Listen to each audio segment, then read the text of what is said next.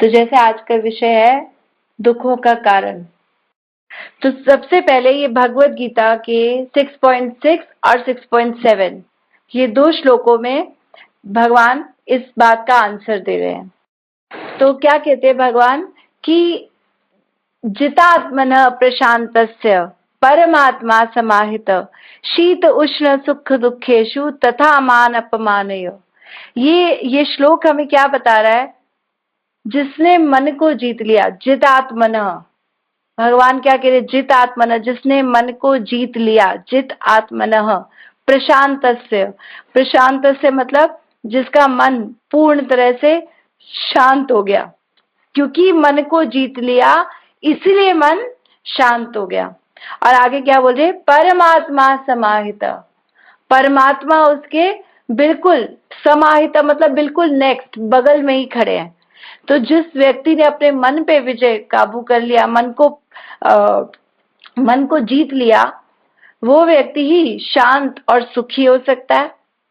और भगवान उसके बिल्कुल निकट में बगल में ही खड़े हैं। शीत उष्ण सुख दुखेषु तथा मान अपमानयो, और उसके लिए क्या है? सुख दुख, सर्दी गर्मी, मान अपमान सब एक समान हो जाता है, क्योंकि वो अपनी actual real self real position को समझ जाता है। तो ऐसा व्यक्ति, दुखी कौन होता है? यहाँ इसी बात का अगर हम तात्पर्य से समझे तो दुखी कौन होता है? सुख दुख, सर्दी गर्मी, मान अपमान किसको लगता है? जिसने मन को वश में नहीं किया। और मन को वश में क्यों नहीं किया? क्योंकि उसने अपने आप को जाना ही नहीं। तो आज हम यही प्रयास करेंगे कि मन कैसे हमें दुखी करता है और मन को कैसे हम नियंत्रित कर सकते हैं। तो ये दो श्लोक जो भगवत गीता के हैं 6.6 और 6.7, ये इसका कंप्लीट आंसर देते हैं। क्या कह रहे हैं? पहला श्लोक भी देखते हैं। बंधुरात्मनस्तस्य येन आत्म आत्मना जितः, बंधुर आत्मनः तस्य येन आत्मा एव आत्मना जितः, अनात्मनस्तु शत्रुत्वे वर्तते आत्मशत्रुवत्। इसका क्या अर्थ है? जिसने मन को जीत लिया उसके लिए मन सर्वश्रेष्ठ मित्र है, किंतु जो ऐसा नहीं कर पाया, जिसने मन को कंट्रोल नहीं किया, मन उसका सबसे बड़ा शत्रु है। तो ये इस संसार में सुख और दुख का कारण ये गीता के दो श्लोक हमको बताते हैं कि और कोई नहीं, हमारा मन है। मन, और मन को क्या चाहिए जिससे वो कंट्रोल में आ जाए? तो यही हम आज के दो क्लास में आज समझेंगे। तो यहाँ पर श्रील प्रभुपाद एक्चुअली इस चैप्टर में समाधि की अवस्था समझा रहे थे। पीछे से समाधि कैसे होती है ना? एक स्थान पर बैठकर लोग नाम जप करते हैं, और इसको या नाम जप ना भी कहे, एक स्थान पे बैठ के किसी एक चीज पर केंद्र बिंदु पे ध्यान लगाने की कोशिश करते हैं ना। एक पैर पे खड़े हैं और गुफा में घुस गए, ऐसा ऐसा करके ऊपर चादर लपेट कर, है ना, इसको समाधि समझते हैं। कि कोई बैठा है, जैसे कोई गहरी नींद में, तो हम कहते हैं तो समाधि में चला गया। तो यहाँ पर भगवान समाधि का सही अर्थ बता रहे हैं। ये समाधि नहीं है। समाधि का मतलब है हमारा मन गुरु कृष्ण और वैष्णवों के हिसाब से चलने लगे। यहाँ तात्पर्य लेंगे 6.7 का तो हमें और अच्छे से समझ में आएगा। क्या कह रहे हैं? वस्तुतः प्रत्येक जीव उस भगवान की आज्ञा का पालन करने के निमित्त आया है जो जन जन के हृदयों में परमात्मा रूप में स्थित है। जीव इस संसार में भगवान की आज्ञा पालन करने के निमित्त ही आया है। भगवान ने उसको इसीलिए शरीर दिया है कि वो मेरे निमित्त अपना जीवन जिए। जैसे एक मनुष्य के लिए, जैसे एक टीवी होता है ना, टीवी अगर चलाता है वो, तो उसको चलाने के लिए, उसको समझने के लिए, ऑपरेट करने के लिए मैनुअल साथ में आता है। तो भगवान बोल रहे हैं मनुष्य को भी मैंने मैनुअल दिया है, और उसका मैनुअल है भगवत गीता। लेकिन क्योंकि वो उस मैनुअल को फॉलो नहीं करता, तो वो इस संसार में दुखी रहता है। उसके पास सारे आंसर्स हैं, लेकिन वो कभी उसको खोलकर चेक नहीं करता। तो इसीलिए भगवान यहाँ क्या बता रहे हैं कि जन जन के, हृदयों में परमात्मा रूप में भगवान स्थित है और ये जीवन भगवान ने इसीलिए दिया है। जब मन बहिरंगा माया द्वारा विपत कर दिया जाता है, जब मन अपनी पटरी से उतर जाता है, तब मनुष्य भौतिक कार्यकलापों में उलझ जाता है। तो जब व्यक्ति अपने आप को पहचानता ही नहीं है, क्योंकि वो स्वयं को नहीं जानता, तो उसकी पटरी इधर उधर घूमती रहती है और वो अपने ही बुने हुए जाल में फंस जाता है। जैसे भागवत बताती है कि एक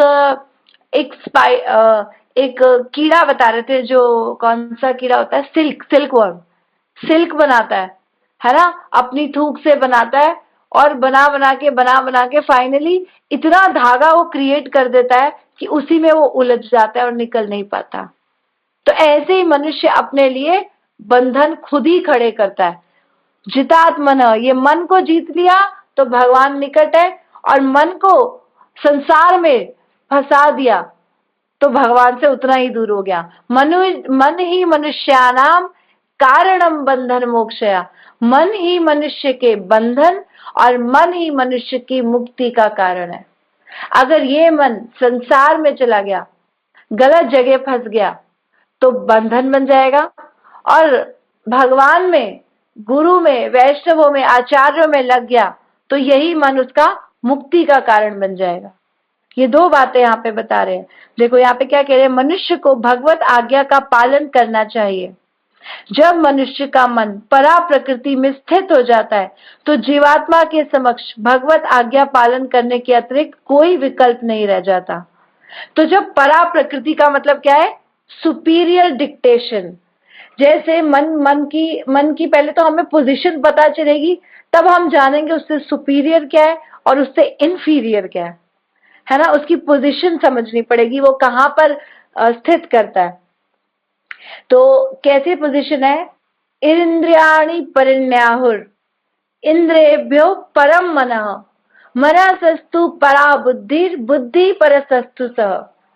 इंद्रियाणि परिण्याहुर, इंद्रियाणि मतलब ये इंद्रिया, और इंद्रियों से भी नीचे इंद्रियों के विषय। संसार में जितनी भी आप भौतिक चीजें देख रहे हो, ये सब इंद्रियों के विषय बन जाते हैं। अभी हम देखते हैं विषय क्या होते हैं, और इससे ऊपर है इंद्रिया। तो पहले हम इंद्रियां जानते हैं, फिर हमें विषय बहुत अच्छे से समझ में आएंगे। इंद्रिया क्या होती है, इंद्रिया होती है हमारी 5 सेंस ऑर्गन्स है, हमने पढ़ा, आंख, कान, नाक, जीभ, त्वचा। ये 5 हमारी सेंस ऑर्गन्स होती है, आंख, कान, नाक, जीभ और त्वचा। आंख, कान, नाक, जीभ, त्वचा आप कैसे रहते हैं, इंद्रियां अपने इंद्रिय विषयों से अट्रैक्ट होती है। जैसे आंख का विषय क्या है, आंख का विषय का मतलब आंख को क्या चाहिए, आंख को चाहिए सुंदर देखना, है ना, सुंदर रूप। कोई स्त्री देख रहा है ना, कोई ब्यूटीफुल पेंटिंग देख रहा है, कोई ड्राइंग देख रहा है, कोई पिक्चर देख रहा है, आंखों से कुछ ना कुछ देख रहा है, प्रकृति देख रहा है। तो ये सब चीजें, ये है आंखों का विषय है रूप। आंख, कान, कान का विषय क्या है, सुनना, भगवान के बारे में सुनना, या संसार के बारे में सुनना, या जैसे मूवीज में हम गाने सुनते हैं, है ना, कुछ भी सुनना, महामंत्र सुन रहे हैं, कुछ भी सुन रहे हैं। तो आंख का विषय है रूप, कान का विषय है सुनना। आंख, कान, नाक, नाक का विषय है सूंघना।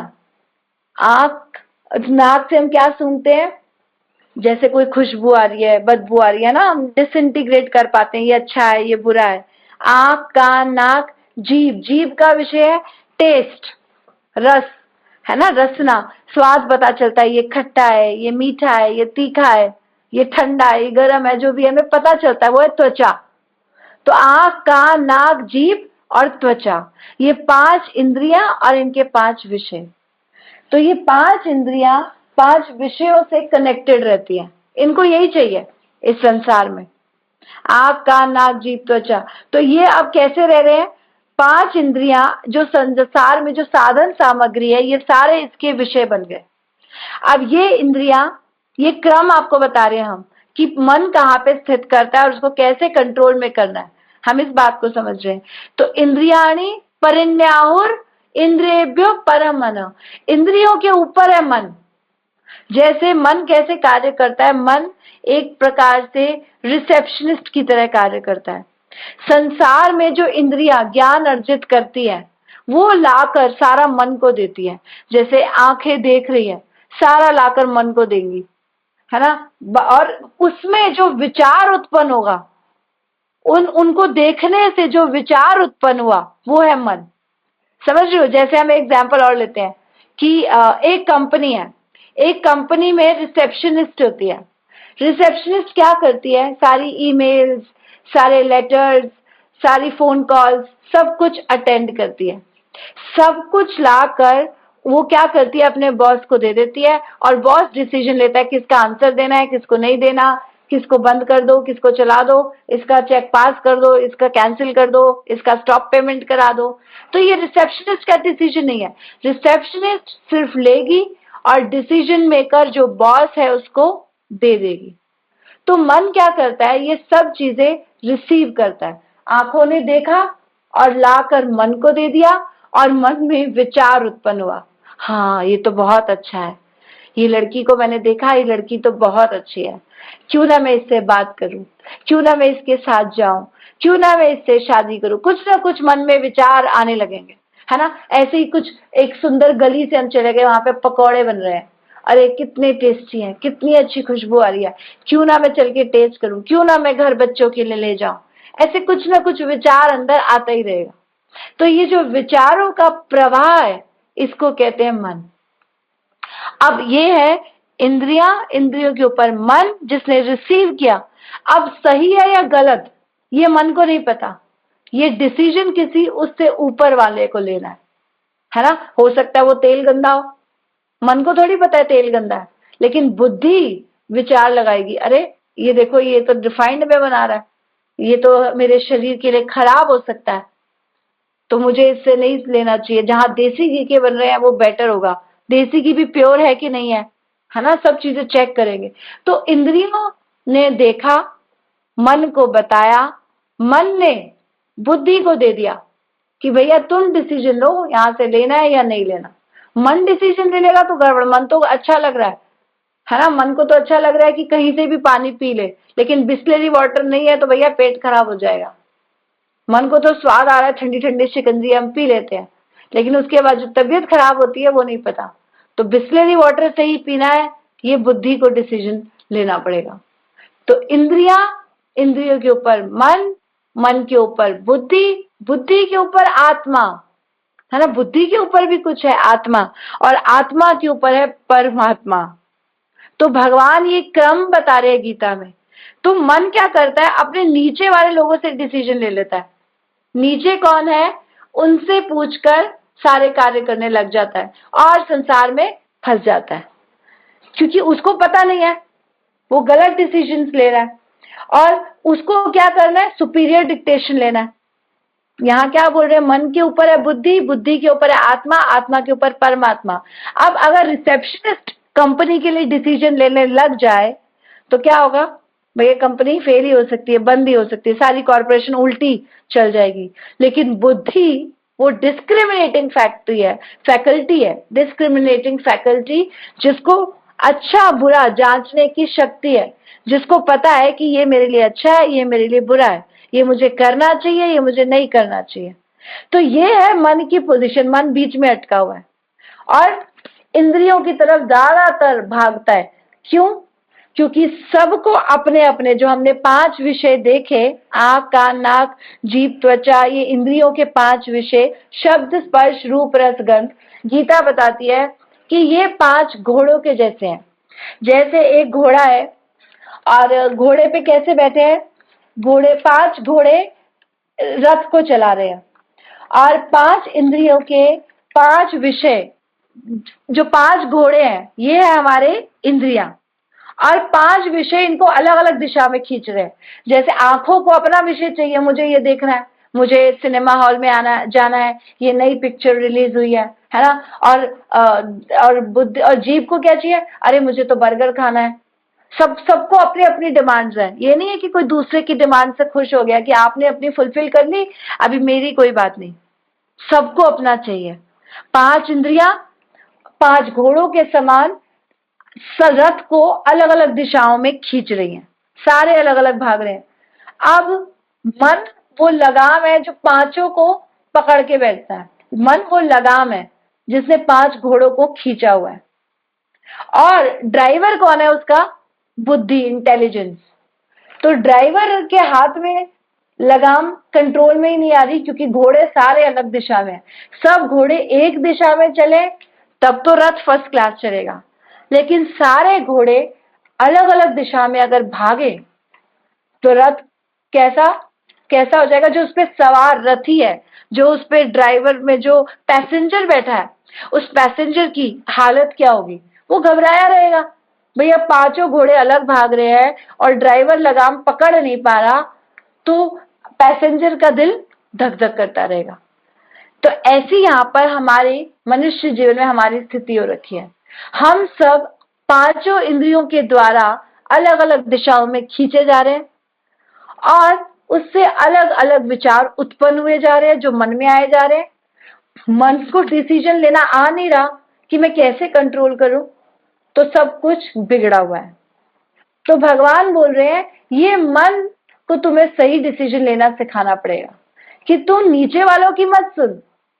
बुद्धि को बोल कि उसको, ड्राइवर को सीखना पड़ेगा कि मेरे को घोड़ों को कैसे कंट्रोल करना है, ना कि घोड़े अपने आप कंट्रोल हो जाएंगे, है ना। तो ड्राइवर को सीखना पड़ेगा कि मुझे घोड़ों को कैसे कंट्रोल करना है। ये घोड़ों को कंट्रोल करने से व्यक्ति शीत उष्ण सुख दुख मा तथा मान अपमानयो, तो व्यक्ति ये शीत उष्ण सुख दुख से बाहर आ सकता है ना। यानी कि यहाँ पर क्या बताया जा रहा है कि नीची कक्षा का जो व्यक्ति है उसको ऊपर की कक्षा का, है ना, juniors should listen to their seniors, है ना। तो इसीलिए जो जूनियर है, जो नीचे बैठे हैं, उनको ऊपर वालों की सुननी चाहिए। तो यहाँ पर बता रहे दुखों का कारण इस संसार में है मन, क्योंकि मन क्या कर रहा है? नीचे वालों की सुन रहा है। और ऊपर वाले कौन है? ऊपर वाली है बुद्धि, है ना। ऊपर वाले है भगवान, आत्मा, ऊपर है परमात्मा। उनकी डिक्टेशन नहीं ले रहा तो संसार में दुखी हो रहा है। यहाँ पर क्या आ रहा है? मनुष्य को भगवत आज्ञा का पालन करना चाहिए।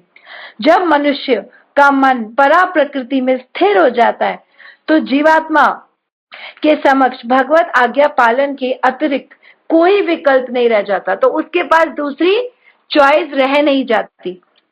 मन को वश में करना, मन को किसी न किसी उच्च आदेश को मानकर उसका पालन करना चाहिए। मन को वश में करने का स्वतः ही परमात्मा के आदेश का पालन होता है। अगर मन को वश में कर लिया मतलब आपने भगवान का आज्ञा का पालन कर लिया।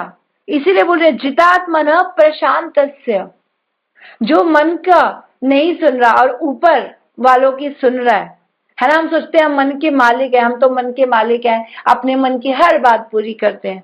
तो मन के मालिक नहीं है, हम मन के गुलाम है, क्योंकि मन क्या कर रहा है? नीचे वालों की सुन रहा है और हायर डिक्टेशन को ले नहीं रहा।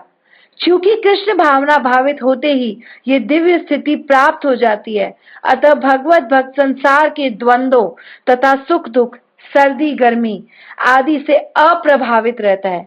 ये अवस्था व्यवहारिक समाधि या परमात्मा में तल्लीनता है। तो बोल रहे हैं कि अगर कोई अपना ये क्रम को सीधा कर ले तो यही उसकी सही समाधि है।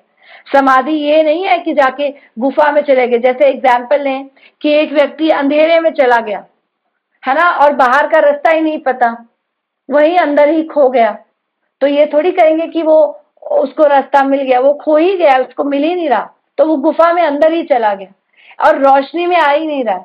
तो यहाँ रोशनी में आने का मतलब है कि अपने से ऊपर वालों की सुनना, अपनी बुद्धि से, अपने मन से हम डिसीजंस ले लेते हैं, तो वो गुफा में जा रहे हैं, हम अंधेरी गुफा में। तो सबसे बड़ा टास्क इस संसार में यही है कि हम मन को कंट्रोल कैसे करें। तो पहले तो मन को समझे हम। मन कैसा है? जैसे नदी, नदी कैसी होती है?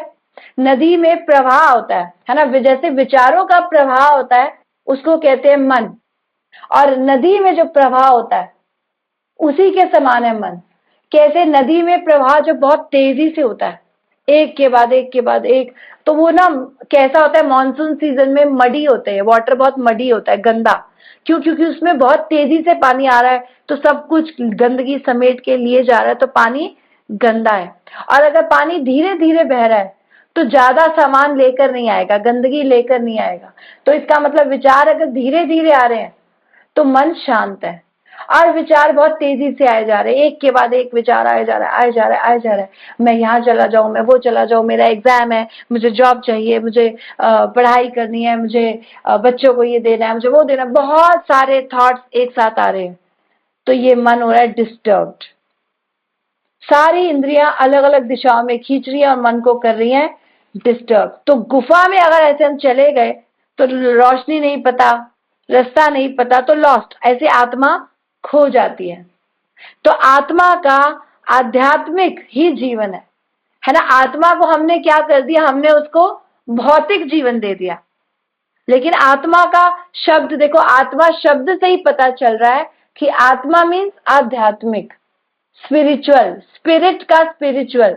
लेकिन हमने उसको सब कुछ दे दिया मटीरियल।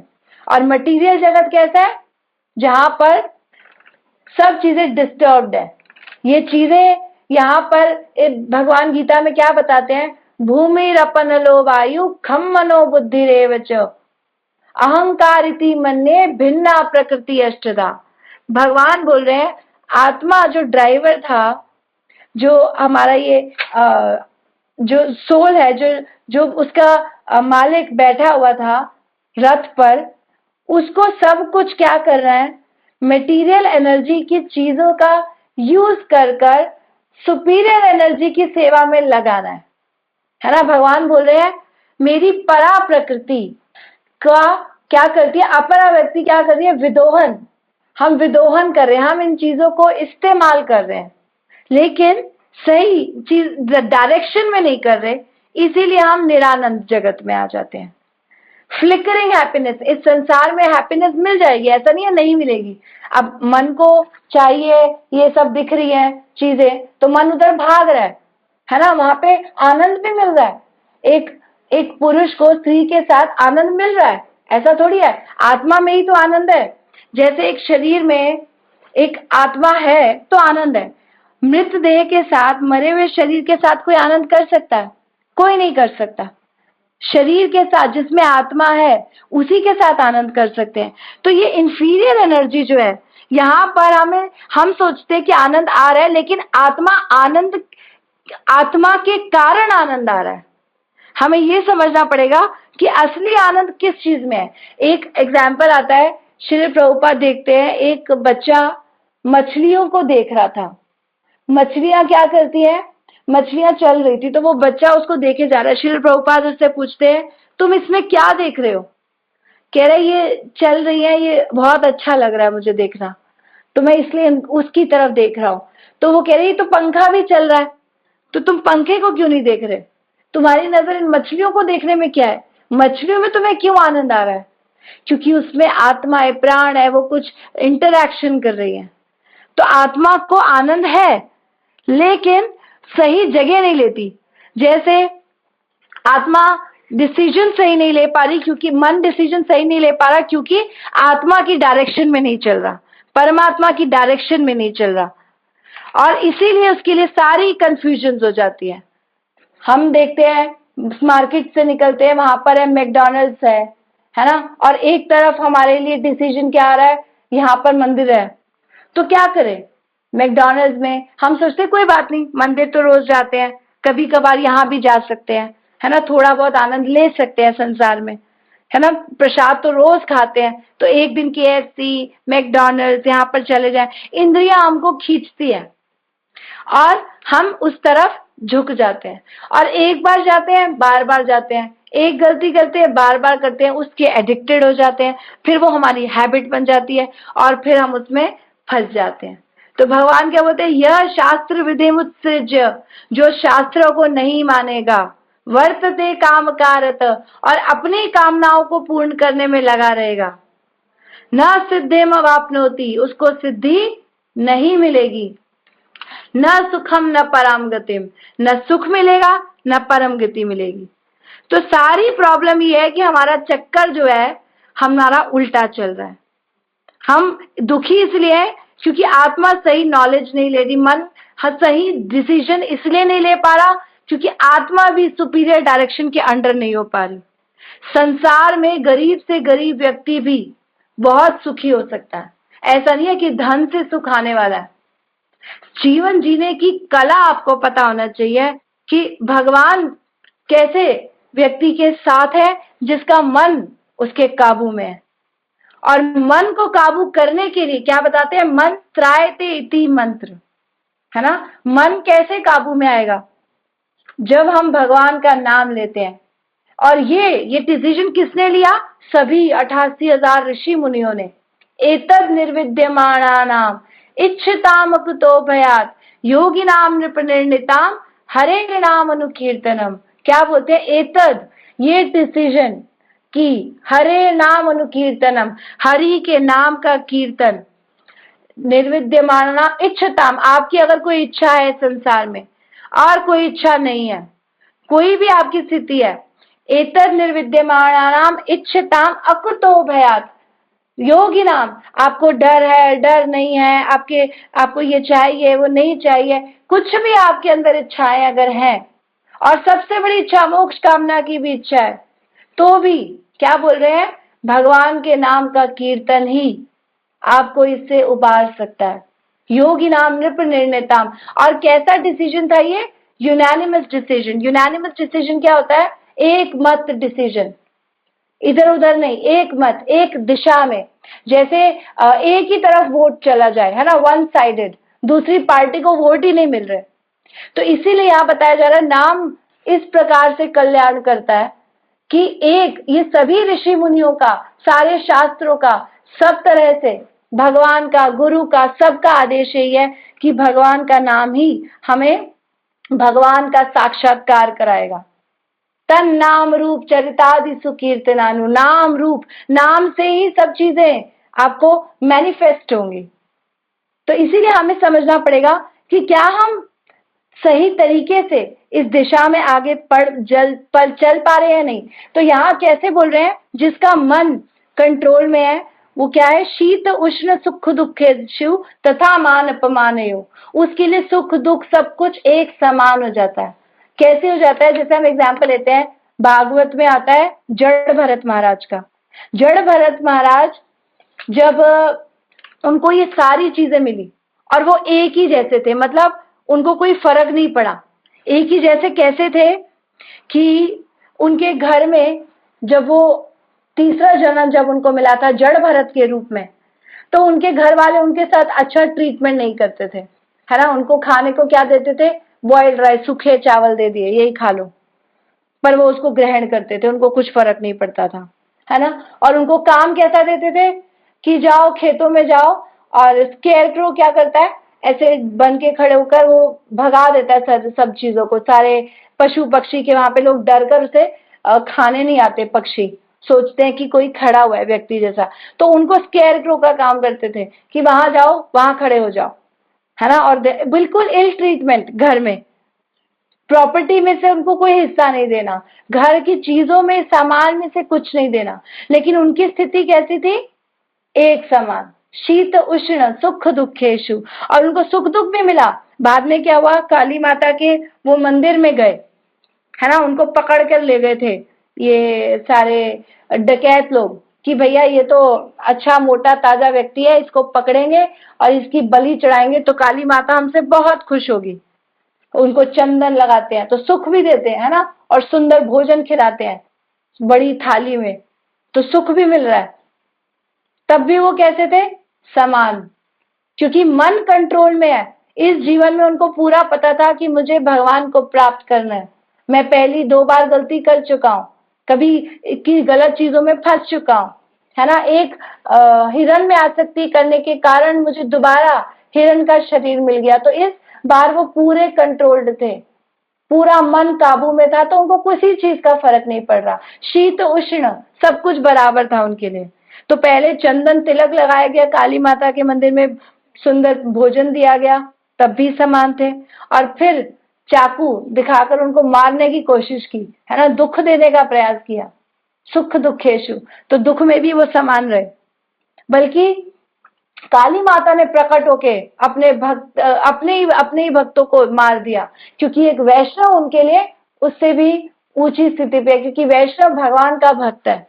तो काली माता ने इस चीज को बताया कि किस प्रकार से भक्तों के साथ व्यवहार होना चाहिए। और अभक्त जो एक भक्त को मारे वो मेरे वास्तविक भक्त है ही नहीं। जो वो एक भक्त को, भगवान के भक्त को मार रहे हैं, जो जिसकी वो पूजा करती है, उसके भक्त को मार रहे हैं, वो कैसे सहन कर सकती है। तो इसीलिए काली के भक्त जो बलि चढ़ाते हैं, ये कोई सेंसिबल बात नहीं है। तो आगे क्या बता रहे हैं फिर, दो आगे क्या चीज आती है, मान अपमान। मान अपमान में भी वो समान रहे। मान अपमान में कैसे, आगे चल के वो राजा रहुगण से मिले, और राजा रहुगण क्या करते हैं, उनको, उनके पास 3 लोग थे उनकी पालकी उठाने के लिए, चौथा व्यक्ति था नहीं। तो ये देखते हैं कि ये तो मोटा ताजा हट्टा कट्टा व्यक्ति, ये उठा लेगा। तो सारे पालकी वाले उनके पास जाते हैं कि हमें एक व्यक्ति की कमी है, तो आप आइए उठा लीजिए, राजा की पालकी है। तो ये पालकी उठा लेते हैं। पालकी उठाते हैं और क्या करते हैं, एक पैर इधर और एक पैर उधर, एक पैर इधर एक पैर उधर। तो राजा अंदर बहुत हिल डुल रहा था, तो वो इधर उधर चल रहे थे। तो वो राजा बड़ा डिस्टर्ब होता है और बाहर आकर बहुत डांटता है, अपमान करता है, बहुत गुस्से में बोलता है। क्या बोलता है कि तुम तो सरकास्टिकली किसी को बोलते हैं ना, तो हम उसको बड़ा टॉन्टिंग वे में सुनाते हैं, तो ये अपमान ही है। वो क्या बोलते हैं, तुम तो बिल्कुल पतले दुबले व्यक्ति हो। वो अच्छे भारी शरीर के थे, लेकिन क्या बोलते हैं, तुम तो पतले दुबले व्यक्ति हो और अकेले उठा रहे हो, है ना, अकेला कोई उठाता है तो क्या बोले, तुम तो अकेले ही इसको उठा रहे हो और तुम्हें तो कोई हेल्प भी नहीं मिल रही कहीं से, और इतना सारा डिस्टेंस तुम मुझे लेकर आए। तो उनका मजाक उड़ाता है। तो एक्चुअली में क्या था, अभी अभी उठाया था, पतले दुबले नहीं थे, भारी शरीर के थे, और अकेले नहीं उठा रहे थे, 3 लोग और थे, 4 लोग थे। कह रहे फिर भी तुम ऐसा कर रहे हो। तो ये इस प्रकार से अपमान करते हैं। फिर राजा रहुगण इनका अपमान करते हैं, तब भी जड़ भरत आराम से सुनते हैं। और उसके बाद क्या करते हैं, उसके बाद वो जब जड़ भरत उनको ज्ञान देते हैं, क्या बोलते हैं, मन ही परम कारणम आमनंती संसार चक्र परिवर्तित। ये बड़ा ज्ञान देते हैं कि संसार में सुख दुख का कारण कुछ नहीं है। बहुत सारी चीजें बताते हैं, उसमें से एक बात ये भी होती है जो हमारे आज के टॉपिक से रेलिवेंट है, इसलिए मैं बता रही हूँ। क्या बोलते हैं, मन ही परम कारणम आमनंती संसार चक्र परिवर्तित। हे राजा रोहगन, मन ही परम कारण है व्यक्ति का, जो उसको संसार में लेकर आता है। मन ही उसकी मुक्ति का कारण है, जैसा हमने कहा, मन ही उसके बंधन का कारण है। Mind is the best friend if controlled, है ना। इससे पिछला वाला श्लोक यही है गीता का, बंधुरात्मनस्य। तो मन अगर कंट्रोल्ड में है तो बेस्ट फ्रेंड है, बंधु है आपका, और कंट्रोल में नहीं है तो आपका सबसे बड़ा शत्रु है। तो इसीलिए इतना सारा ज्ञान देते हैं, तो वो उनको फिर मान सम्मान देते हैं राजा रोगन। तब भी जड़ भरत जो है कंट्रोल्ड स्थिति में रहते हैं। तो जिसका मन काबू में है, हम जड़ भरत से समझने का प्रयास कर रहे हैं कि वो व्यक्ति संसार में सबसे ज्यादा सुखी रह सकता है, क्योंकि उसकी फालतू चीजों में उसकी आकांक्षा नहीं है। उसको सही चीज पता है कि मुझे क्या चाहिए, उसकी सुपीरियर डिक्टेशन उसको पता है, और उसका कमांड उसको पता है कि मुझे कैसे करना है। तो इसीलिए हमें यहाँ से समझना है कि हमारे माइंड को कैसे कंट्रोल किया जाए। और प्रभुपाद इसका आंसर देते हैं कि with pack of dogs in a room can one expect peace. मतलब क्या बोल रहे हैं कि with pack of dogs in a room how can you expect peace. अगर एक रूम अशांत है, उसमें कुत्ते भौंक रहे हैं, तो क्या शांति हो सकती है। तो हमारे मन को हमने ये सारा संसार दिया हुआ है, इतनी सारी बातें दी हुई हैं, और वो अशांत रहता है ना। कुछ ना कुछ बॉम्ब ब्लास्टिंग होती रहती है अंदर, कुछ ना कुछ विचार आते रहते हैं।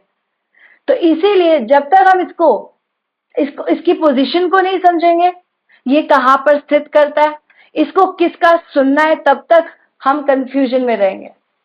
तो पहले हम अपनी स्थिति जाने, हम कौन है, हम आत्मा है, हमारा जीवन आध्यात्मिक है और हमें किसके हिसाब से चलना है? अपनी सुपीरियर डिक्टेशन।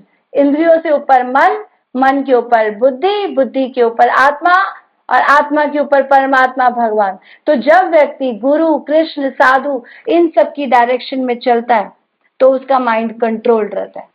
विचार जो जल्दी जल्दी आ रहे थे, अगर वो अच्छे आने लगे, है ना, गीता भागवत पढ़कर, भक्तों के संग को सुनकर, नाम की महिमा को सुनकर, ये सारे विषय विषय क्या थे? विषय वो थे जो मन में आ रहे थे, है ना, इंद्रियां, मन उसको रिसीव कर रहा था। अब ये सारे विषय गंदे थे तो मन कैसा था? गंदा, है ना, गंदे विचार तो मन गंदा। और ये सारे विषय अच्छे हो जाए तो मन कैसा हो जाएगा? अच्छा। तो मन में अगर अच्छी चीजें डालेंगे तो अच्छा हो जाएगा और मन में गंदी चीजें डालेंगे तो गंदा हो जाएगा। तो इसीलिए हमें डालना क्या ना, जो भी आप डालोगे वही तो आपका भरेगा। अगर मन गंदा है और जैसे हमने कई जन्मों से विचार इकट्ठे कर लिए, अभी इंप्रेशन माइंड में बैठ गए, बहुत कुछ हमारे पास स्टोर हाउस बन चुका है ना, वही सब हमारा पूर्व जन्म के संस्कार और सब चीजें हमारी भर गई, वो स्टोर हाउस हमारा तैयार है। लेकिन हम ऊपर से गंदी बाल्टी में भरा हुआ है गंदा पानी और ऊपर से साफ नलका चला दें तो क्या होगा? भरता रहेगा, भरता रहेगा, भरता रहेगा और फाइनली गंदा पानी गिरता रहेगा, गिरता रहेगा, गिरता रहेगा और धीरे धीरे धीरे मन बिल्कुल साफ हो जाएगा। तो मन को कंट्रोल करने के लिए सबसे अच्छा तरीका है भगवान का नाम, और मन संसार में फंसने का सबसे अच्छा तरीका है मन को अनकंट्रोल करना, यानी कि संसार के विषय देना। निरानंद जगत की तरफ भागना मतलब संसार का बंधन, और भगवान की तरफ, भक्तों की तरफ, इनके शरणागत होना मतलब मन कंट्रोल होना, अच्छे विचार होना और आध्यात्मिक जीवन में प्रगति होना। तो यही हमारा आज का विषय है जिसको हमने थोड़ा सा आंसर करने का प्रयास किया। ठीक है, तो आई थिंक हमारा समय भी हो रहा है। किसी का कोई प्रश्न है तो हम ले सकते हैं। हरे कृष्णा, धन्यवाद, प्रणाम। हरे कृष्णा, धन्यवाद, प्रणाम माता। माता आपने बहुत अच्छा समझाया मन को कंट्रोल करने का। पर माता ये ऐसे प्रभु जी की एक बार क्लास से बोला था कि मन को हम कंट्रोल नहीं कर सकते, मन को भगवान की सेवा में लगा सकते हैं। हरे कृष्णा, धन्यवाद, प्रणाम प्रभु जी। तो बिल्कुल ये सही आंसर है, मन को भगवान की सेवा में लगाना ही तो मन का कंट्रोल है। हमने क्या बोला? इंद्रियाणि परिण्याहुर इंद्रियेभ्यो परम मनः, मनः सस्तु परा बुद्धि, बुद्धि पर सस्तु स। तो मन को हमने कंट्रोल थोड़ी किया, मन को तो गुरु कृष्ण की डायरेक्शन में लगाने का मतलब क्या है? उनकी आज्ञा का पालन करना। जो सेवाएं वो हमें देंगे वही तो हमारा मन को बंधु बनेगा, तभी तो हमारा मन हमारा बंधु बनेगा जब हम उसकी बात को मानेंगे। तो मन को सेवा में लगाना ही उसका कंट्रोल है, हमारा कंट्रोल नहीं है। जैसे मन शिक्षा एक किताब है जो रघुनाथ दास गोस्वामी ने लिखी, तो उसमें वो मन का कंट्रोल यही बताते हैं, हे मन तू गुरु की सेवा में लग, हे मन मेरे प्यारे भैया मन। महाराज बोलते हैं, वो इतने सुंदर शब्दों में मन को कंट्रोल करते हैं, बोलते हैं मेरे प्यारे भैया मन, क्योंकि मन ऐसा है जो आपके हिसाब से नहीं चलने वाला है, उसको प्यार से मनाना पड़ेगा। मेरे प्यारे भैया मन तू गुरु की सेवा में लग, तू संसार का जो ये भौतिक जगत है इसको छोड़, इसमें अपनी आसक्ति को छोड़, तू अपना मान अपमान ये सब छोड़, अपना अहंकार दर्प ये सब छोड़। तो ये मन को मनाना यही है कि उसको सेवा में लगाना है। ये छोड़कर हे मन तू राधा कृष्ण गुरु की सेवा में लग। तो यही मन का सबसे बड़ा कंट्रोल का तरीका है कि हम भगवान की सेवा में उसको लगाएं, हमें खुद कंट्रोल नहीं करना। मन ही परम, मन तो संसार में लेके आ रहा है, परम कारण मामनंती, मन तो संसार में लेकर आ रहा है, तो इसको हम कंट्रोल नहीं कर पाएंगे। इसको हमारे से सीनियर सुपीरियर डायरेक्शन, भगवान बोलते हैं गीता भागवत मैंने इसीलिए दी है ना। यहाँ पर ऊपर भगवान ने परपद में श्रील प्रभुपाद लिख रहे हैं कि गीता भागवत के हिसाब से ही जीवन जीना है। मैं आपको पढ़ के बताती हूँ क्या थी लाइन। वस्तुतः प्रत्येक जीव उस भगवान की आज्ञा का पालन करने के निमित्त ही आया है जो जन जन के हृदय में परमात्मा रूप में स्थित है। तो भगवान तो चाहते हैं कि भगवान के आदेश अनुसार व्यक्ति जीवन जिए, ठीक है ना। क्या बोलते हैं, कई जन्मों से हमने काम क्रोध दास सहना तार लाठी खाए, भ्रमिते भ्रमिते यदि साधु वैद्य पाए, तार उपदेशे मंत्रे पिशाची पलाए, कृष्ण नाम लय तबे कृष्ण निकट आए। तो क्या बोल रहे हैं इसमें? काम क्रोध के तो हम दास बन चुके हैं। काम क्रोध कैसे आता है? मन की इच्छा पूरी नहीं होती तो कामनाएं और बढ़ जाती हैं, और मन की इच्छा पूरी हो जाती है तो और ग्रीड बढ़ जाता है, और चाहिए और चाहिए। तो काम क्रोध, काम और क्रोध, कामनाएं बढ़ेंगी या क्रोध बढ़ेगा? उसके दास हम जन्मों से हुए हुए हैं।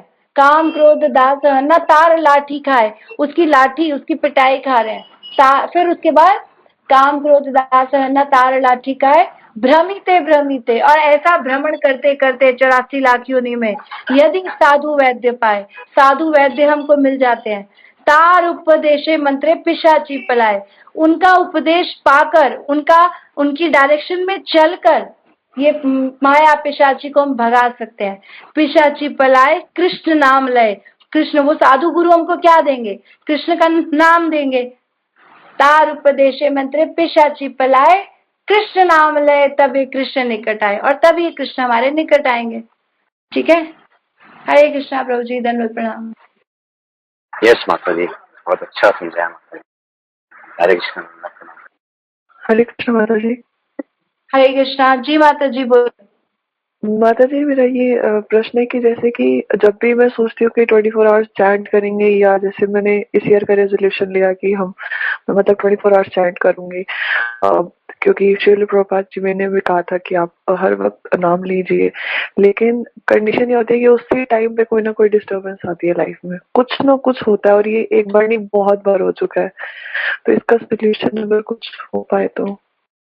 हरे कृष्णा, धन्यवाद, प्रणाम। आपने अपने क्वेश्चन में ही अपना आंसर दिया। आपने कहा कि कंडीशंस ऐसे ही आ जाती हैं because we are conditioned soul, है ना। हम कंडीशन, हम हरिदास ठाकुर नहीं है, और हम उनके जैसे नहीं कर पाएंगे क्योंकि अभी तक हम संसार में कई जगह फंसे हुए हैं। हरिदास ठाकुर को वैश्या भी आ गई तो उसे डिस्टर्ब नहीं किया, आ तो उनके पास भी गई थी। ऐसा थोड़ी है कि उनके पास नहीं आई थी, उनके पास भी आ गई थी, लेकिन वो उस अवस्था में थे कि वो उसको टैकल कर पाए। तो इसीलिए हम उस अवस्था तक कैसे आए? हम और सेवाओं में जब लगते रहेंगे तो हमारी नाम की प्रति रुचि और बढ़ेगी, है ना। जो नाम ले लेता है, इसका मतलब है कि वो इस सारी अवस्थाओं को क्रॉस कर चुका है, तब जाके नाम ले पा रहा है। अहो बत स्वपचोति गरियान यत जिवा अग्रे वर्तते नाम तुभ्याम तपस तेपस जुहु शश्रु आर्या ब्रह्मानुचुर नाम गृणंती थे। जिसने नाम ले लिया मतलब सारी तपस्याएं, सारे यज्ञ, सब चीजें कर ली। अभी हमने कुछ हद तक स्टार्ट किया है, अभी अभी हम नए नए आए हैं, जुड़े हैं, तो हो सकता है हमारी कंडीशन ज्यादा हम पे इफेक्टिव हो रही है। तो इसीलिए हम अगर और सेवाओं में लगते रहेंगे, गुरु और शास्त्रों के निर्देशन में चलते रहेंगे, तो धीरे धीरे उस अवस्था तक भी आएंगे, है ना, नाम की उस 24 घंटे वाली अवस्था तक भी आएंगे। तो अगर हम और सेवाओं में लगे रहते हैं, जैसे हमें गुरु, हमारे सीनियर्स हमको डायरेक्ट करते हैं, तो वो भी हमको वही उसी लेवल तक लाने के लिए है। ठीक है, तो अभी हम उनके डायरेक्शन में हमारी सिचुएशन के अकॉर्डिंग चले। अभी हमको संपूर्ण समय आनंद नहीं चाहिए, अभी तो हम नाम भी एक लेवल तक करना चाहते हैं। हम भी अभी हमारे जॉब चाहिए, अभी हमको अच्छी वेल सेटल्ड फैमिली लाइफ चाहिए, है ना। हरिदास ठाकुर इन सब चीजों से ऊपर उठ चुके थे, आत्मा के स्तर तक थे, इसलिए वो ले पा रहे थे। अभी हम आत्मा के स्तर तक आएंगे जब हम अपनी पोजीशन, अपनी बागडोर अपने सीनियर्स और गुरु के हाथ में देंगे, तो वो हमें हमारी अकॉर्डिंग हमें दवाई देंगे, है ना। हर मरीज की दवाई अलग होती है, तो वो अवस्था तक हमें आना है, लेकिन हम कैसे आएंगे वो हमारे सीनियर्स हमको बताएंगे।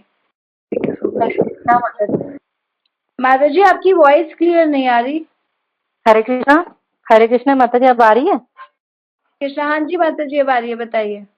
माता जी, जैसे अजामिल ने अंत समय में भगवान का नाम लिया, फिर भी भगवान के धाम नहीं गया, उसे दोबारा जन्म मिला जड़ भरत का, ऐसा क्यों माता जी? हरे कृष्णा। माता जी आप दो बातें मिक्स कर रहे हैं, अजामिल अलग है और जड़ भरत अलग है, ये दो अलग अलग कैरेक्टर्स हैं। अजामिल ने सारा जीवन भगवान का नाम नहीं लिया था, पहली बात। अजामिल ने नारायण नारायण जरूर पुकारा, लेकिन नामाभास की अवस्था से। नामाभास की अवस्था मतलब वो अपने बेटे को पुकारते थे, वो भगवान को नहीं पुकारते थे, फिर भी भगवान ने उसकी स्वीकृति उनको दी कि अंत समय में जब उन्होंने नारायण बोला तो सामने विष्णुदूत प्रकट हो गए, क्योंकि जो भगवान का नाम लेता है उसको लेने यमदूत आ नहीं सकते, ये यमदूत की डायरेक्शन है। तो यमदूत भी पहुंच गए थे, लेकिन नाम ले लिया तो ये विष्णुदूत भी आ गए। तो ये पहली बार आमना सामना हुआ आज आमिल के सामने यमदूतों और विष्णुदूतों का। तो वो तो भगा दिया विष्णुदूतों ने उनको। फिर यमदूत जाके पूछते हैं, वो अलग बात है यमराज से कि वो कौन थे, वो क्या था। तो वो बोलते हैं कि जिनका नाम, जो भगवान का नाम लेता है उन लोगों के पास तुम्हें जाना भी नहीं है। जीवा नवक्ति गुण नाम ध्येयम, जो भगवान का नाम लेते हैं उन लोगों को तुम्हें छूना भी नहीं है। तो वो ज्ञान देते हैं। लेकिन उन्होंने सारा जीवन जो नाम लिया, वो नाम का उनको ये फल मिला कि उनको भगवान ने उनको फिर से मौका दिया। किसी को मरते समय दोबारा मौका नहीं मिलता, ये मौका भगवान की कृपा है कि उन्होंने पूरी उनकी कन्वर्सेशन से समझा और उनको जीवन वापस आगे मिल गया। मरणासन अवस्था से वो फिर उठ गए और उनको बोला गया, और उन्होंने वहां पे 12 साल जाकर फिर हरिद्वार में जाके भगवान का नाम जप किया और फिर उन्होंने शरीर त्यागा। मतलब गुरु की डायरेक्शन में उनको भी रहना पड़ा, तो उनको भी नाम सिद्ध करना पड़ा, नाम जप लेकर।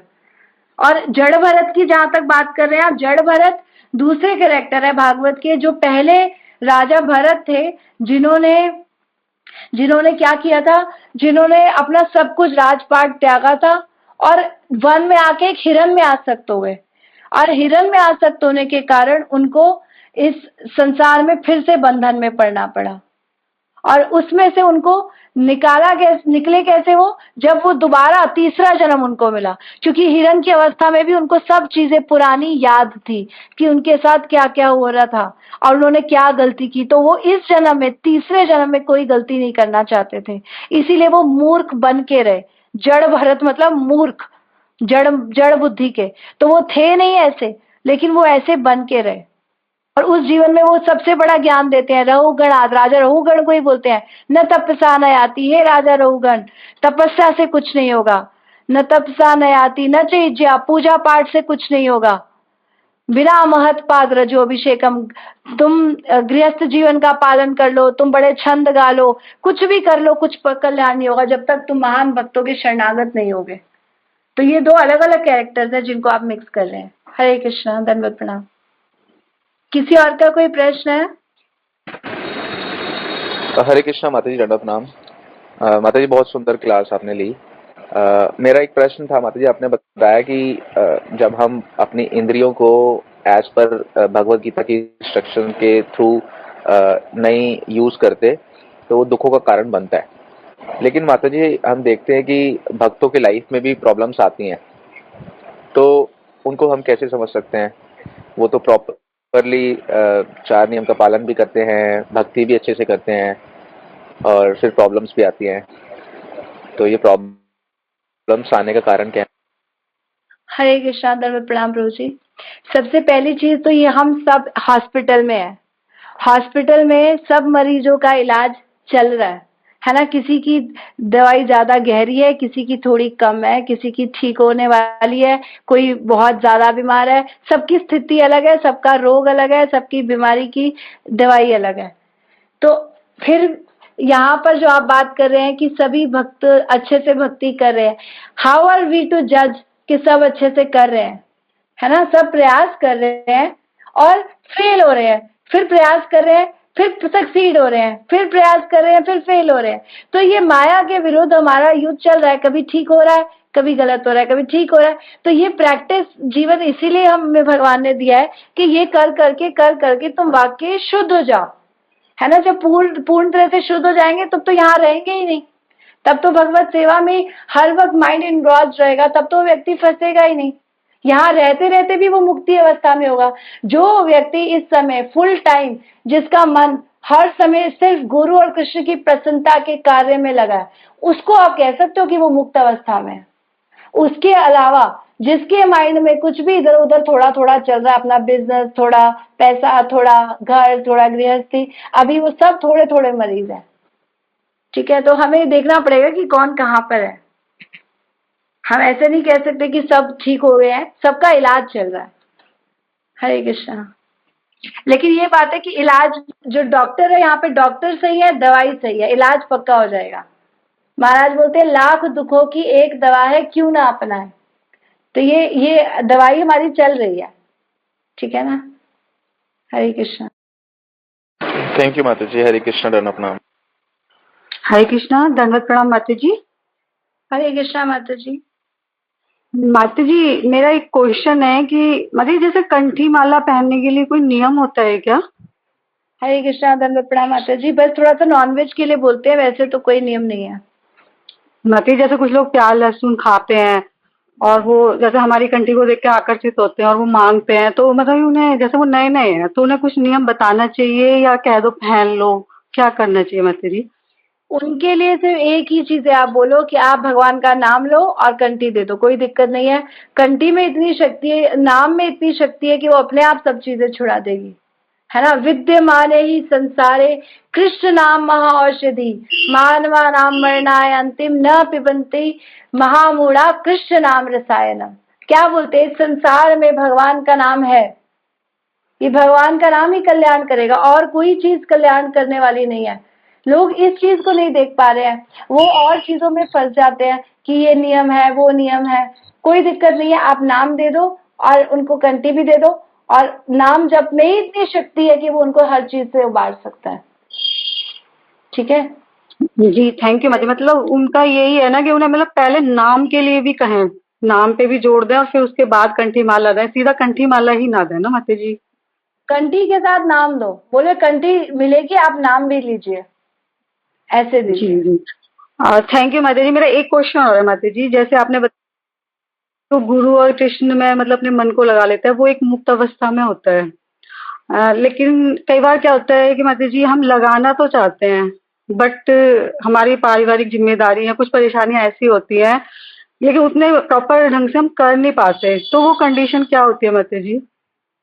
अच्छा माता जी, ये प्योरिफिकेशन प्रोसेस चल रहा है हमारा, धीरे धीरे धीरे धीरे ठीक हो जाएगा। हम इन चीजों में लगे हुए हैं ऑफ कोर्स, क्योंकि ये सब हम प्रयास ही तो कर रहे हैं। भक्ति क्या है, ये प्रयास ही है, और ये करते करते हम पवित्र हो जाएंगे। तो अभी हम कंडीशन में है, तो उनको छोड़ने को थोड़ी बोला जा रहा है, लेकिन उनको भी आप सेवा में लगा दीजिए। अच्छा तरीका ये है कि फैमिली भी आपकी जुड़ी रहे, कुछ कुछ उनके थ्रू भी जिनकी सेवा में आप लगे हैं उनको आप भगवान की सेवा में लगा दें, तो भी वो हमारा कल्याणकारी स्थिति है। मान लीजिए आप अपने बच्चों की, परिवार की सेवा में कर लगे हुए हैं, तो ऑब्वियसली एक स्त्री का कर्तव्य है, इसको करना है, तो वो बच्चों को जोड़ दे, है ना, तो वो भक्तों की ही सेवा कर रही है। और अपने पति को किसी न किसी प्रकार से उनका धन उपयोग करे। तो इसीलिए यही चीजें अगर बंधन का कारण थी, तो यही चीजें मुक्ति का भी कारण है।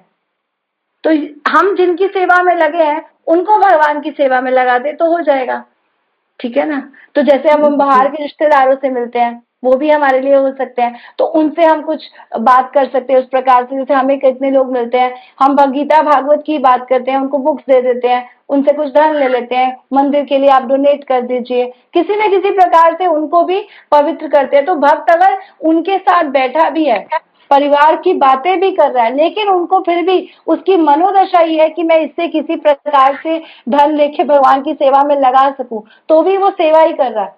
उनसे संसार की बातें करना भी उसकी वो सेवा ही बन जाएगी, क्योंकि वो उसकी उसकी इच्छा क्या है अंदर से कि मैं किसी प्रकार से इसको कन्विंस कर सकूं कि ये भगवान के लिए कुछ दान दे दे, या ये किसी प्रकार से मंदिर आ जाए, या ये प्रसाद के लिए डोनेशन दे दे।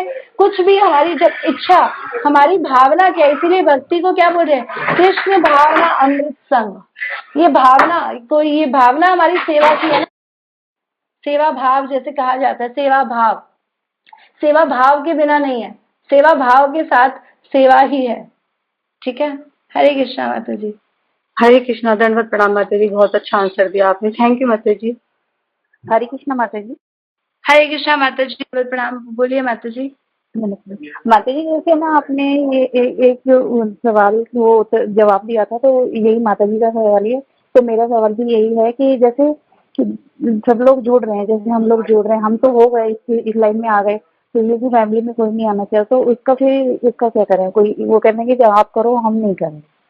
जी, तो बिल्कुल आप बिल्कुल ठीक है। अगर वो इस मूड से भी रहते हैं तो आप करते रहिए। हम जबरदस्ती उनको लाने के चक्कर में अपनी स्थिति ना खराब कर ले, क्योंकि अगले को हम एजिटेट कर देते हैं। कई बार हम पीछे पड़ के उनको ज्यादा कर देते हैं तो वो और नेगेटिव हो जाते हैं।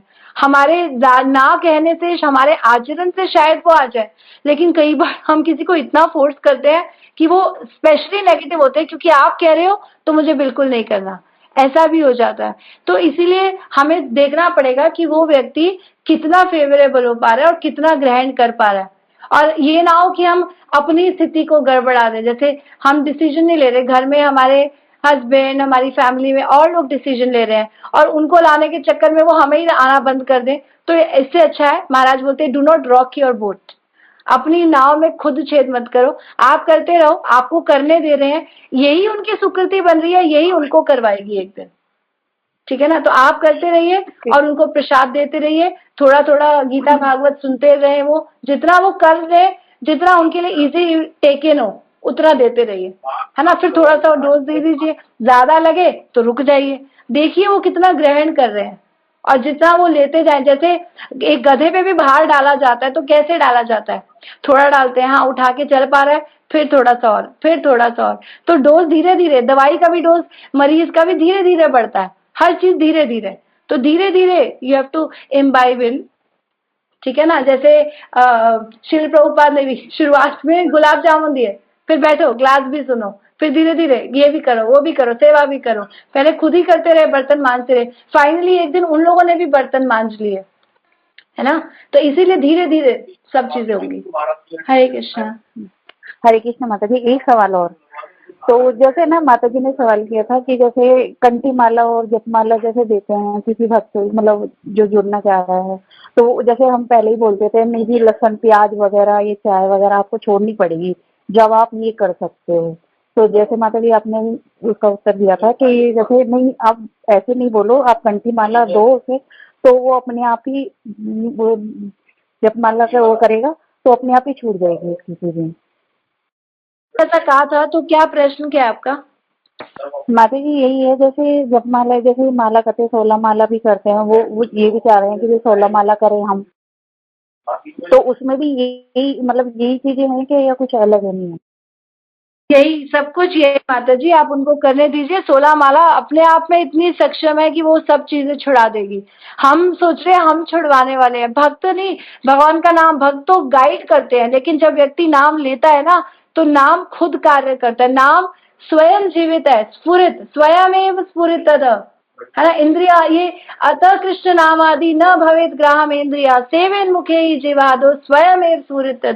ये कृष्ण, ये इंद्रियां जो है ये भगवान को नहीं पकड़ सकती, लेकिन जब कोई नाम से, जीव से, मुख से सेवा शुरू करता है, एक नाम लेना और एक प्रसाद पाना, जब कोई ये दो सेवा शुरू करता है तो स्वयं एव स्फुरित, ये स्वयं स्फुरित होने लगेगा, नाम उसकी जीवा पे स्वयं आने लगेगा। ये सब चीजों में वो खुद ही अपने आप ही छोड़ने लगेगा। हमें छुड़वाने की कोई भी चीज जरूरत नहीं है। We just have to add Krishna in their life. उनके जीवन में कृष्ण को ऐड करना है, कुछ भी आपको माइनस नहीं करना। सब चीजें करते रहे तो जो करते हैं, सारे शराबी कबाबी नशेड़ी सब लोग बदल जाते हैं, सब लोग। ये कितने एक्सपीरियंसेस हम लोगों ने देख लिए, सब लोग बदल जाते हैं। कितने हमारे टेम्पल में प्रेसिडेंट है पंजाबी बाग के, वो बताते हैं, और उनके अपने फादर इतना ड्रिंक करते थे, लेकिन धीरे धीरे धीरे धीरे सब चीजें ठीक हो गई। तो इसीलिए सब चीजें ठीक हो जाता है, डोंट वरी। हरे कृष्ण माता जी। जैसे आपने बोला कि जैसे कर सकते हैं कोई बात नहीं, तो जैसे हम जोड़ना चाहे तो वो ये कहे कि नहीं, किसी ने बोला है कि हम तो ये नहीं खा सकते, वो भी नहीं खा सकते, तो जब माला करेंगे और कंठी भी जब भी पहनेंगे, 16 माला भी जब भी करेंगे, तो सामने वाले को मतलब डराना नहीं चाहिए, कहने का मतलब ये है। बिल्कुल ठीक बात है माता जी, बिल्कुल नहीं डरना चाहिए। भक्ति को सरल करके परोसो, है ना? जितना इजी हाँ जी, करोगे, जितना व्यक्ति को, आप देखो संसार में लोग वैसे ही इतनी परेशानियों में है, ऊपर से भक्ति भी हम उनके लिए एक बर्डन बना दें कि ये भी तुम्हारे जीवन में एक और काम है जो तुम्हें करना है, तो कितना मुश्किल हो जाएगा। हर चीज को इजी करके, सिंपल करके बताओ, है ना? लेक्चर भी सिंपल देसी भाषा में ज्यादा समझ में आता है। और जितना हम कॉम्प्लिकेटेड करते हैं, बड़े बड़े पढ़ाई और वो सब करते हैं, उतना अगर बड़े बड़े श्लोक बता दें और उसका अर्थ ना बताएं तो क्या समझ में आएगा? कुछ नहीं। तो जितना सिंपल बताएंगे और जितना इजी, जितना वो ले सके, तो व्यक्ति जल्दी समझता है। अभी कल परसों हम मार्केट में गए थे कुछ सामान लेने, तो प्रभु जी उससे बात कर रहे थे जनरल, और वो कहते हैं हाँ ठीक है भैया, आप सही कह रहे हैं, हमारा नाम करना चाहिए, लेकिन हम नहीं कर पाएंगे ना, हमारा ये दुकानदारी का काम है, ये हमसे नहीं होगा। तो उन्होंने कहा कुछ करना ही नहीं आपको, आप अपना काम करते रहो, बस आप बैठे हो, बैठे बैठे लेते रहो, बीच बीच में फोन आए फोन उठा लेना, बीच बीच में बातचीत कर लेना, बीच बीच में जो आपको करना हो करते रहना। खाइते सुईते यथा तथा नाम ले, देश काले नियम नाही सर्व सिद्धि होय। है ना, खाते रहो पीते रहो सोते रहो, जैसे भी अवस्था में नाम ले लो, देश काले नियम नहीं, कोई नियम नहीं है, भगवान ने ही नियम नहीं दिए, सर्व सिद्धि और सारी सिद्धि मिलेगी। तो धीरे धीरे हम किसी को उठाएंगे, फिर जब वो अपने आप अच्छे लेवल पे आएगा, वो अपने आप ही सब चीजें छोड़ेगा, आपको कुछ प्रयास नहीं करना, आप सरल करके बताओ। हरे कृष्णा। तो वो व्यक्ति तैयार भी हो गया, कहता है नेक्स्ट टाइम हम आएंगे उसके लिए माला लेके जाएंगे। पहले वो मना कर रहा था और उसको थोड़ा सा बताने पे वो रेडी हो गया, क्योंकि उसको इजी कर दिया सब कुछ। हाँ जी माता जी, ये तो है ही, जो अपन उसको सही तरह से समझाएंगे और आपने सारी बातें पूरी वो कर दी है क्लियर, तो फिर मैं इसी तरह से हैंडल करूंगी ना सब लोगों को भी, इस तरह से नहीं, इस तरह से करो आप, तो इसी तरह से एक ही जगह 10 जुड़ेंगे। बिल्कुल माता जी, यही तरीका है। हाँ, हरे कृष्ण। क्योंकि हम पहले ही डरा देते थे उनको, तो क्योंकि लहसुन नहीं खाना, ये नहीं खाना, तो वो सोचते 10 बार सोचते यार यार रहने दो, घर में सब खाते हैं तो फिर कैसे काम होगा, ऐसे नहीं, फिर हम नहीं जाते रहने को। आपको एक बताती हूँ, हम एक प्रोग्राम में गए, सिंधी टेम्पल में था कुछ, हमने वहाँ किया, वहाँ पे एक लेडी मुझे मिली, वो मुझे बोलती है कि मैं पहले इस्कॉन बहुत आती थी, लेकिन मैंने रियलाइज किया कि मैं ना प्यार लहसुन नहीं छोड़ती हूँ और नहीं छोड़ सकती हूँ अपनी फैमिली के कारण, इसलिए मैंने मंदिर आना छोड़ दिया, और मैंने माला भी करती थी, छोड़ दी, और अब मैं आप लोगों के साथ ना, क्योंकि उसने कीर्तन सुना, उसका मन कर गया, उसने कहा मुझे बहुत अच्छा लगा, तो मैं करवा सकती हूँ, आप लोग आओगे क्या? हमने कहा बिल्कुल आएंगे। तो कह रही है लेकिन प्याज लहसुन, मैंने कहा आप एक दिन तो बना सकते हो डिवोटीज के लिए, है ना, आप तो नवरात्रों में भी बनाते हो। कहती हाँ बिल्कुल बनाते हैं। तो मैंने कहा एक दिन बना देना बिना प्याज लहसुन का, और वो में क्या है, आलू सब्जी पूड़ी, कितना सिंपल होता है। कह रही हाँ, तो वो बिल्कुल तैयार हो गई, कह रही मैं आप बताऊंगी आपको। और मैंने कहा आपको कोई छोड़ना नहीं है, आपको कुछ नहीं करना, आप माला शुरू करो, कोई आपको फोर्स नहीं करेगा छोड़ने के लिए। तो वो बिल्कुल रेडी हो गई, क्योंकि उसको ईजी लग गया, कोई चीज उसको मुश्किल किसी ने बताई होगी, वो कंफ्यूज हो गई, उसने छोड़ दिया। तो इसीलिए सिंपल बताओ तो लोग पकड़ लेते हैं। ठीक है माता जी। हरे कृष्णा माता जी, दंडवत प्रणाम। बोलो मेरी राधिका माता जी, बोलिए। माता जी, मेरे प्रभु जी कुछ बोलना चाहते हैं तो उनकी बात सुनिए। हरे कृष्णा माता जी, दंडवत प्रणाम। मैं तो ये कहूंगा कि वो रोज 1 घंटा क्लास चला के सुने, कि वो अपने आप उनका पति उनका सुनेगा क्लास, और प्रसाद खाए, बस वो अपने आप नाम जपेगा वो धीरे धीरे। तो प्रभु जी एक्सपीरियंस बता रहे हैं कि वो ऐसे धीरे उनका भी मन बदल गया पूरा। प्रभु जी कहते थे, मुझे याद है कि मैं तो इतना नहीं कर पाऊंगा, लेकिन आप प्रभु जी पता क्या बोलते हैं, मुझे बता रहे थे, कहते हैं मैं सोच रहा था कि मैं अगले साल दीक्षा लूंगा, लेकिन लगता है मुझे मेरा इसी साल काम हो जाएगा मुझे आज भी उनकी ये बात याद है। तो धीरे धीरे ऐसे अपने आप चेंज आ जाता है। माता जी से पूछो उन्होंने कितने प्रेम से प्रभु जी को हैंडल किया है, और प्रभु जी पूरा उनके हिसाब से चलते हैं। हरे कृष्णा। हरे कृष्णा, दंडवत प्रणाम माता जी। हरे कृष्णा, दंडवत प्रणाम माता जी। हाँ माता जी, बहुत ही सुंदर क्लास और बहुत सुंदर प्रश्नों के उत्तर। माता जी, अब मेरी भी समस्या एक इसी तरह की है, मैं उसका हल पूछना चाहती हूँ। मेरे आसपास में कुछ लोग रहते हैं जो मतलब जो मैंने कभी जोड़ने का प्रयास किया, लेकिन एक माता जी आई, उन्होंने एक क्लास ली वहां पर, और एक पहली ही क्लास में उनको एक तो गीता पढ़ाना शुरू किया, और उसके बाद में उनसे सीधे कहा कि आपने जो मंदिर में ये रखे हुए इन सबको हटाओ, केवल एक कृष्ण की पूजा करो, बाकी कोई वो नहीं है। तो माता जी आज उसको हुए भी बीते हुए, मतलब उस समय 20 लोग थे, अगले क्लास और हुई तो उसमें मुश्किल 5 थे, और थर्ड में एक भी नहीं था। और उसके बाद मैंने इतना प्रयास कर लिया, उनमें से कोई भी एक जुड़ने को तैयार नहीं होता, जबकि मैंने अपने मंदिर में लाकर उन्हें दिखाया कि मेरे यहाँ माता भी है, शिव भी है, मतलब मेरे घर में बाकी के लोग करते हैं, तो मैंने अपने जो स्टेयर्स पे भगवान को इस तरह विराजमान किया हुआ है, अपने उससे, और बाकी साइड में वो सभी देवी देवता विराजमान है, जिन्हें करनी है वो करते रहे, क्योंकि घर में अशांति होगी नहीं तो माता जी अब उन लोगों को मैं दिखा भी चुकी हूँ। कहते हैं हाँ आप तो सब रखते हो, सब करते हो और सब जगह आते हो, हमारे यहाँ कीर्तन वगैरह में भी, पर हम वो लोग जुड़ नहीं पा रहे माता जी। उनके लिए और कौन सा तरीका अपनाऊं? हरे कृष्णा, दंडवत प्रणाम। हरे कृष्णा, दंडवत प्रणाम। एक्चुअली क्या है, हमको क्या करना चाहिए, देखो पहले तो भक्ति को सरल करके परोसना चाहिए था उनको, लेकिन उन्होंने इसको टफ बना दिया। जिसका भी उन्होंने सुना उन्होंने इसको टफ बना दिया। तो अब आपको क्या करना पड़ेगा, आपको एक्स्ट्रा मेहनत करनी पड़ेगी। एक्स्ट्रा मेहनत क्या है, आपको उनके साथ इतना प्रेम का गाढ़ा रिलेशन बनाना पड़ेगा कि उनके लिए सब चीजें फिर से आसान हो जाए।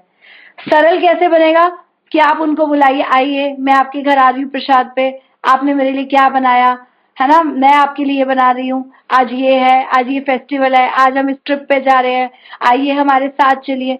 उनको इतना पर्सनल रिलेशन देना पड़ेगा कि उनको लगे कि ये व्यक्ति तो यार मेरे साथ इतना करता है, मुझे इसकी बात माननी पड़ेगी। तो जब हम किसी के साथ, जैसे माता पिता से बहुत प्रेम करते हैं ना, तो वो हमें कोई काम कहते हैं तो हम कर लेते हैं, लेकिन अगर माता पिता से प्रेम नहीं है तो उनकी कही हुई बात भी हमें लगेगा छोड़ो, हमें नहीं सुनना, पापा आपका जमाना और था, हमारा जमाना और है, हम उनकी बात ही नहीं मानेंगे। लेकिन प्रेम होगा तो उनकी हर चीज मानेंगे।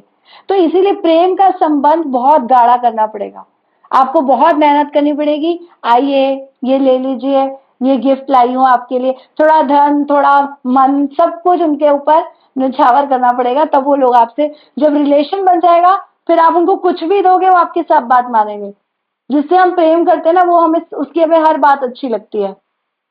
तो इसीलिए प्रेम जो है ना, ये सबसे अच्छा तरीका है किसी को भी मनाने का। तो अभी वो आपसे भक्तों से दूर हो चुके हैं क्योंकि उन्होंने इसको टफ ले लिया। अब आपको सिंपल करना है कि उनको ये लगे कि भक्ति बहुत इजी है और ये लोग बहुत अच्छे हैं, इनके साथ आनंद है। आपके पास जो है ना वो आपको उनको देना है, ये समझ लो बस आप। ठीक है, हरे जी कृष्ण। माता जी यही प्रयास करती हूँ माता जी। हरे कृष्णा, दंडवत प्रणाम। यहाँ चैट में एक प्रश्न है कि दीक्षा के लिए बेसिक रिक्वायरमेंट क्या है। दीक्षा के लिए बेसिक रिक्वायरमेंट है, पहली चीज है शरणागति।